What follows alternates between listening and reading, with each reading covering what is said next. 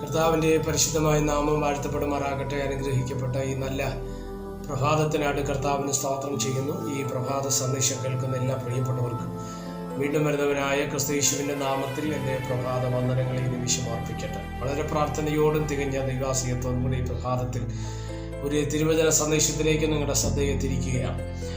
142 സങ്കീർത്തനം അതിൻ്റെ 6 വാക്യം. എൻ്റെ നിലവിളിക്ക് ചെവി തരണമേ, ഞാൻ ഏറ്റവും എളിമപ്പെട്ടിരിക്കുന്നു.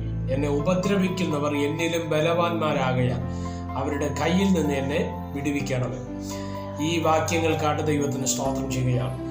സങ്കീർത്തനക്കാരനായ ദാവീദ് ഒരു ഗുഹയ്ക്കകത്തിരുന്നു കൊണ്ട് പാടിയ ഒരു അനുഗ്രഹീത സങ്കീർത്തനമാണ് നമ്മൾ ഇന്ന് പ്രഭാതത്തിൽ വായിപ്പാൻ തക്കവണ്ണം ഇടവരുന്നത്. അതിൻ്റെ 6 വാക്യമാണ് നമ്മൾ ശ്രദ്ധിക്കേണ്ടത്. അതിൻ്റെ 2 ഭാഗം, എന്നെ ഉപദ്രവിക്കുന്നവർ എന്നിലും ബലവാന്മാരാകയാൽ അവരുടെ കയ്യിൽ നിന്ന് എന്നെ വിടുവിക്കണമേ. അപ്പം ഇവിടെ ദാവീദ് പറയുന്ന ഒരു കാര്യമാണ്, എന്നെ ഉപദ്രവിക്കുന്നവർ എന്നിലും ബലവാന്മാരാണ്. അപ്പൊ അവരുടെ നടുവിൽ നിന്ന് അല്ലെങ്കിൽ അവരുടെ കയ്യിൽ നിന്ന് വിടുവിക്കപ്പെടുക എന്നുള്ളത് ഒരു ചെറിയ വിഷയമല്ല എന്ന് നമ്മൾ ശ്രദ്ധിക്കണം, അല്ലെ? എന്താ, പലപ്പോഴും നമ്മൾക്കെതിരെ നിൽക്കുന്ന ശത്രുക്കൾ നമ്മേക്കാൾ പ്രബലന്മാരാണ്. സ്തോത്രം. അത് പൈശാചിക മണ്ഡലത്തിലേക്ക് നമ്മൾ നോക്കിയാലും നമ്മളെക്കാൾ ബലമുണ്ട്. ദൈവത്തെക്കാളല്ല, നമ്മളെക്കാൾ ബലം അതിനുണ്ട്. സ്തോത്രം. എന്നാൽ എന്തുകൊണ്ട് നമ്മൾ പൈശാചിക ശക്തികളുടെ മുമ്പിൽ ജയത്തോടെ നിൽക്കാൻ കഴിയുന്നെന്ന് ചോദിച്ചാൽ, പിശാചിന്റെ മേൽ അധികാരമുള്ള കർത്താവ് നമ്മോടുകൂടെ ഉള്ളത് കൊണ്ടാണ്. സ്തോത്രം. അതില്ലെങ്കിൽ, പരിശുദ്ധാത്മാവിന്റെ ശക്തിയോ കർത്താവിന്റെ സാന്നിധ്യമോ നമ്മോടുകൂടെ ഇല്ലെങ്കിൽ അത് സ്തോത്രം നിശ്ചയമായിട്ട് നമ്മൾ എന്ത് ചെയ്യും? അവന്റെ മുമ്പിൽ തകരുവാൻ തക്കവണ്ണം ഇടവരും, അല്ലേ? നിങ്ങൾ ശ്രദ്ധിച്ചേ, ഇസ്രായേൽ ജനത്തെ കനാനിലേക്ക് നടത്തുവാൻ തക്കവണ്ണം മോശയിലൂടെ ദൈവം പ്രയോജനപ്പെടുത്തുമ്പോൾ മോശ 12 പേരെ തെരഞ്ഞെടുത്ത് ദേശം ഒറ്റുനോക്കുവാൻ വേണ്ടി പറഞ്ഞു വിട്ടു, അല്ലെ? അങ്ങനെ പറഞ്ഞു വിട്ട് അവർ തിരിച്ചു വന്നു.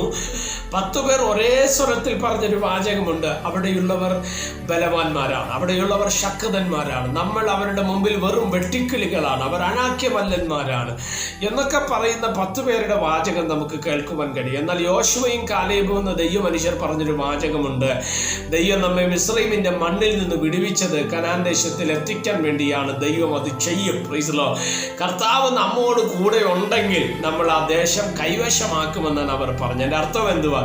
ബലവാന്മാരാണ്, ശക്തന്മാരാണ്, അനാക്യമല്ലന്മാരുടെ ശരിയാണ്. പക്ഷേ സർവശക്തനായ ദൈവം നമ്മോട് കൂടെ ഉണ്ടെങ്കിൽ ഇവരെയൊക്കെ ജയിപ്പാൻ നമുക്ക് കഴിയും എന്ന് ആര് വിശ്വസിച്ചു? സ്തോത്രം. കാലേബും യോശുവയും വിശ്വസിപ്പാൻ തക്കവണ്ണം ഇടവന്നു എന്നുള്ളതാണ് വസ്തുത. അങ്ങനെയെങ്കിൽ എന്നെ കേൾക്കുന്ന പ്രിയപ്പെട്ട ദൈവമക്കളെ, നമ്മളെക്കാൾ ബലവാന്മാരാണ് ശത്രുക്കളെങ്കിലും ഭാരപ്പെടല്. ഒരുപക്ഷെ ബുദ്ധിയോ വിവേകം കൊണ്ടോ ജ്ഞാനം കൊണ്ടോ കഴിവ് കൊണ്ടോ സ്തോത്രം അവർ ഉന്നതന്മാരായിരിക്കാം, ശക്തന്മാരായിരിക്കാം. പക്ഷെ എന്നെ നിങ്ങളെ കൈവിടാത്തൊരു ദൈവം നമ്മോട് കൂടെയുള്ളപ്പോൾ നമ്മൾ ഭയപ്പെടേണ്ട ആവശ്യമില്ല. അവർ നമ്മളെക്കാൾ ബലവാന്മാരായിരുന്നാൽ, ഇവിടെ സങ്കീർത്തനക്കാരൻ ദാവീദ് പറയുന്നൊരു കാര്യമുണ്ട്, കർത്താവേ നീ എന്നെ വിടുവിക്കണമേ. സ്തോത്രം. ഇന്ന് പ്രഭാതത്തിൽ ഈ സന്ദേശം കേൾക്കുമ്പോൾ നിനക്കെതിരെ നിൽക്കുന്ന ശത്രു പ്രബലനായിരിക്കാം, നമ്മൾ അവരുടെ മുമ്പിൽ ബലഹീനരായിരിക്കാം. പക്ഷേ ഇന്ന് പ്രഭാതത്തിൽ ഒരു സന്ദേശം നിങ്ങളോട് കൈമാറുകയാണ്. ദൈവത്തിന്റെ കൈ നമുക്ക് അനുകൂലമായി അവരുടെ കരങ്ങളിൽ നിന്ന് കർത്താവ് നമ്മെ വിടുവിപ്പാൻ ഇടയായി തീരും. അതിനുവേണ്ടി നമുക്ക് പ്രത്യാശയോടും പ്രാർത്ഥനയോടും കൂടെ കാത്തിരിക്കാം.